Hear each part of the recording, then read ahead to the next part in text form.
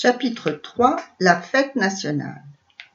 Jeudi serait donc le 14 juillet, jour de la fête nationale. Joseph ne travaillerait pas, mais ce jour ne serait pas payé.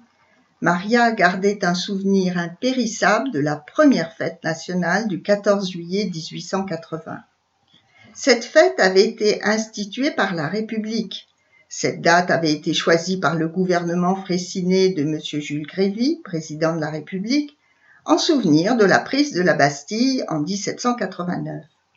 Les drapeaux tricolores flottaient sur toutes les fenêtres et les monuments de Tlemcen. Avec Joseph, elle avait assisté au défilé militaire qui arrivait par la rue de France à la place de la mairie. Au premier plan défilaient les troupes à pied. Les bataillons des Zouaves venaient en premier. Ce régiment, composé en majorité d'Européens, devait cependant son nom à la tribu kabyle des Zouawa. En effet, la loi du 9 mars 1831 avait autorisé le recrutement d'étrangers dans l'armée française et, ainsi, furent créées la Légion étrangère en France et des corps militaires d'indigènes étrangers hors du territoire continental. Lorsque le régiment des tirailleurs algériens fut créé, les Zouaves furent recrutés en majorité parmi les Européens. Leur devise était « Être zouave est un honneur, le rester est un devoir ». Ils avaient fière allure, ces fantassins, avec leurs chéchias rouges Garance et leurs vestes bleues.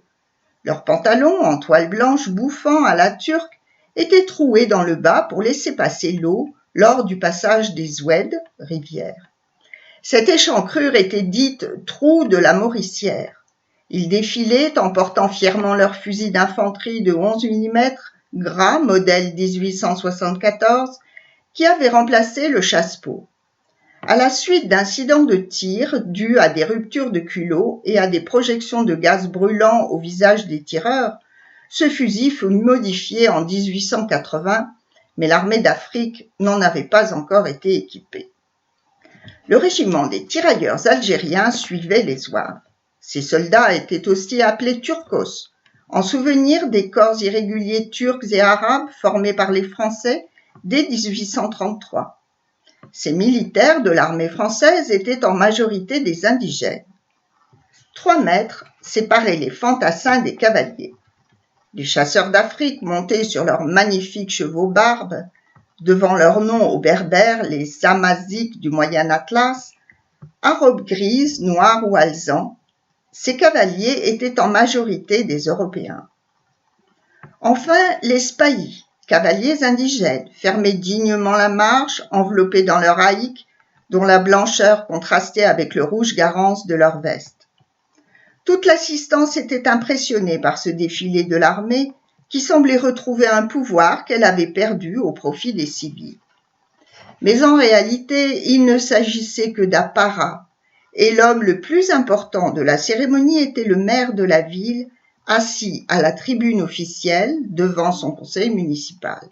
Sur cette tribune, ni l'église ni l'armée n'étaient représentés.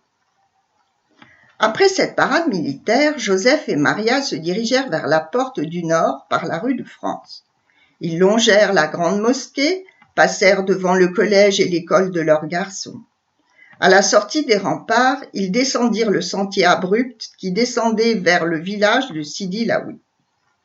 Ils atteignirent le mausolée de Sidi Laoui, le saint ermite du village, mort au XIVe siècle.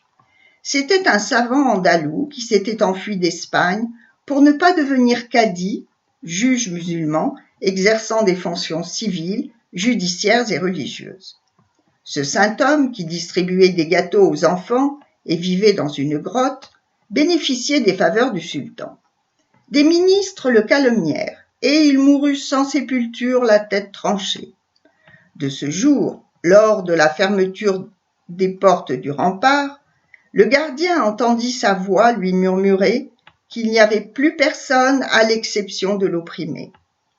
Le sultan se rendit une nuit à la porte et constata la véracité des dires du gardien. Il fit alors exécuter les ministres menteurs et construire un mausolée pour ensevelir dignement le saint homme. Maria avait appris cette histoire de la bouche d'Aïcha et elle la raconta à son tour à Joseph. Ils se recueillirent devant le sépulcre parfumé d'encens et décoré d'oriflammes, puis ils longèrent les grottes habitées par des pauvres gens. Ils atteignirent les escaliers du village et se dirigèrent vers les jardins d'oliviers. Ils cherchèrent un bel emplacement à l'ombre pour prendre le déjeuner préparé par Maria. Ils s'assirent sur une nappe fleurie et après avoir croqué quelques radis, ils engouffrèrent les tartines de pâté. Leur repas était arrosé d'un vin rouge, fierté des colons d'Algérie. Après le fromage de brebis et les pêches, ils burent encore quelques rasades supplémentaires. Maria avait la tête dans les nuages et elle s'allongea. Joseph se pencha sur elle, l'embrassa doucement et chuchota à son oreille comme s'il voulait encore lui faire la cour en dépit de leurs nombreuses années de mariage. Maria se sentit envahie d'un trouble et d'une douce chaleur qui ne devait rien au soleil du midi. Son corps se souvint du désir profond qu'elle éprouvait avant la naissance des enfants. Joseph enfouit sa tête dans son décolleté et la soulevant dans ses bras, l'entraîna derrière un bosquet tout proche. La journée se termina par un bal organisé sur la place d'Alger et ils dansèrent la mazurka sous les lampions au son des flonflons. Enfin, ils assistèrent pour la première fois de leur vie à un feu d'artifice tiré dans le grand bassin, réservoir à sec servant de terrain de manœuvre aux troupes de la garnison. On raconte, se souvint Maria, qu'en 645, Choumissa, la fille de Dilac le sultan, venait s'y baigner pendant que la population se terrait pour ne pas l'apercevoir, et qu'au XVIe siècle, Barberousse y aurait fait périr, après les avoir torturés, les descendants des anciens rois de Tlemcen appartenant à la dynastie des Bénizéens. Pour Maria, ce jour fut un émerveillement, mais elle se rendait bien compte que la fête cette année serait très différente. Ils n'assisteraient qu'à la réunion prévue à 16 heures. En ce jeudi 14 juillet 1881, Joseph et Maria se mirent en route pour être à Tlemcen vers 15 heures. Ils devaient y retrouver les cousins de Maria, Ramon et Dolores d'Avalo. Ces derniers avaient des moyens financiers qui leur permirent de demander la nationalité française et d'obtenir une concession à Mansoura. Ils n'étaient pas des colons aux gants jaunes, ceux qui exploitaient les grandes propriétés, mais ils cultivaient la vigne qui était d'un bon rapport. Joseph Campero n'avait plus de famille. Ses parents étaient décédés depuis une dizaine d'années. Son père Manuel était aussi chauffournier. Il avait fui Alicante en 1840 suite au désamortissement des propriétés de l'Église qui n'avait pas abouti à une restructuration des terres agricoles, mais à une spéculation qui avait juxtaposé de nouvelles latifondias aux latifondias des nobles. L'Espagne du Sud était restée moyenâgeuse et la surpopulation, la misère ainsi que la sous-alimentation avaient poussé la famille Campero à émigrer vers l'Algérie, terre d'espoir. Joseph et Maria s'installèrent à la terrasse du Grand Café sur la place de la mairie. Ils burent une horchata de chofa, orgeat de souchet. Le lait coulait dans la gorge de Maria qui pensa que ce serait le seul plaisir de la journée. Elle regarda Dolores descendre du fiacre qui venait d'arriver. Elle portait une robe coquille d'œuf dont le haut en batiste était entièrement nervuré et fermé par un petit col officier.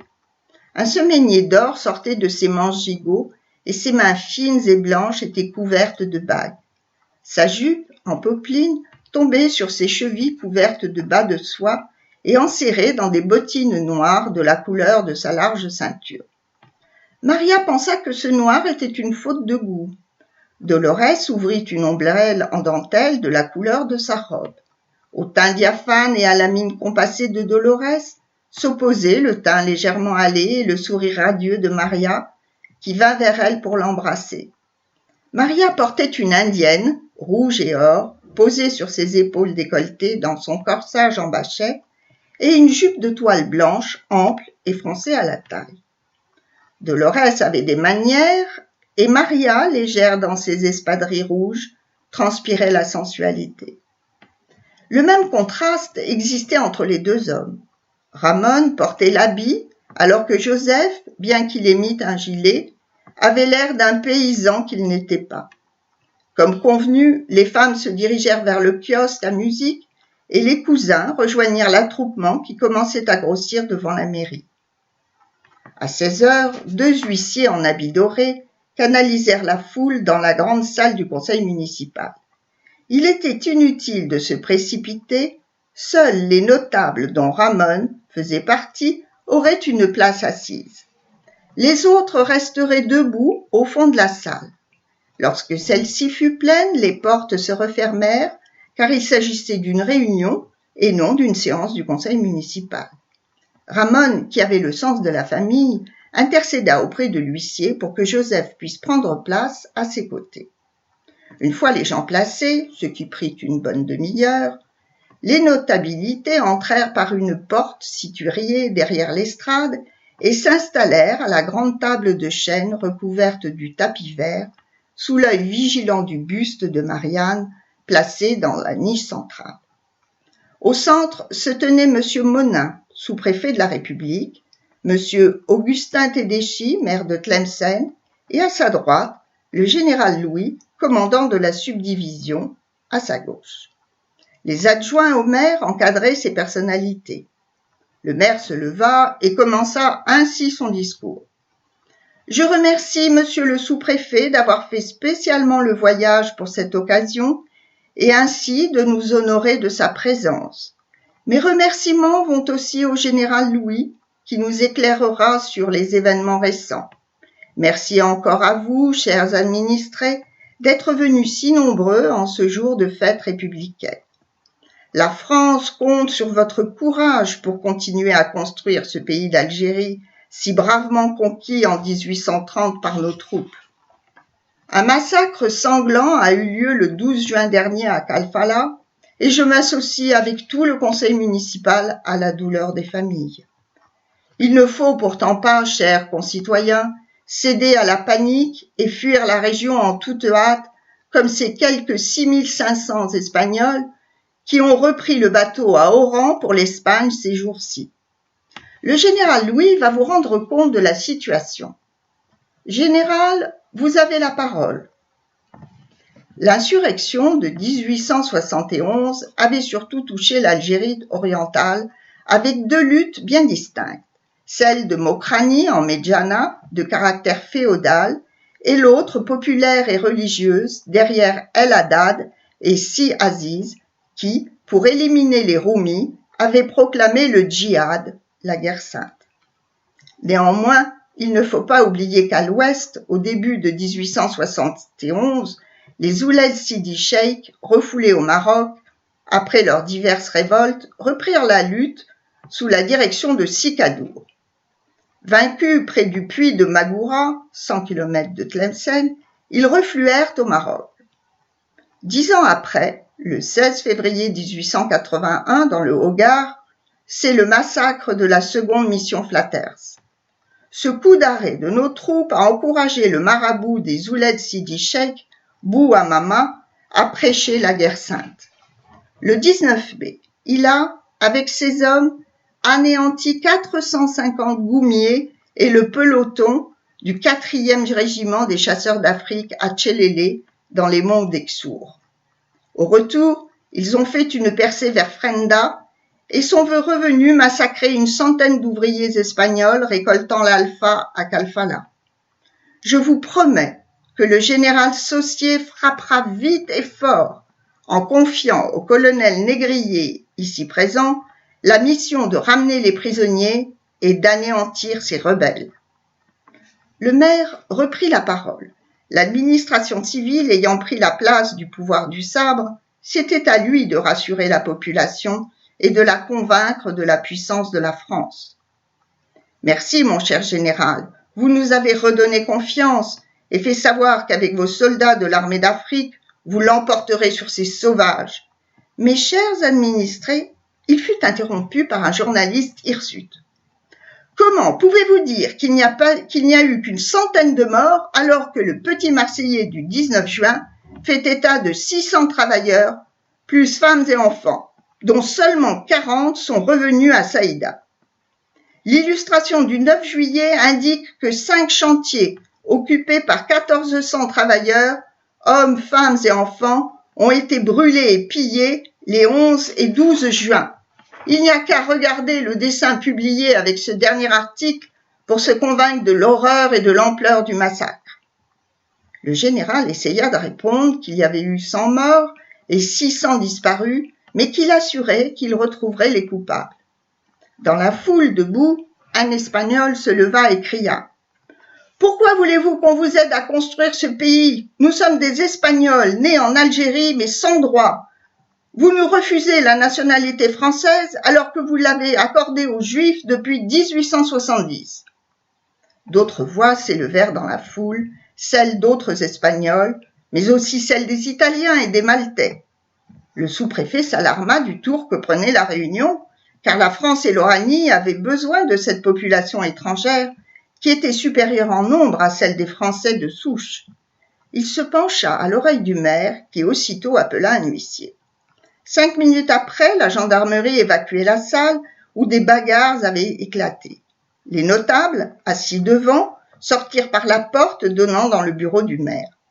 Ramon et Joseph se retrouvèrent dehors dans la bousculade et rejoignirent les Espagnols regroupés à l'extérieur. Xavier Esquivel, le chef de file, celui qui avait osé parler haut et fort, proposait une nouvelle réunion à l'église Saint-Michel, dimanche après la messe. Joseph et Ramon promirent de s'y rendre, puis ils rejoignirent leurs femmes.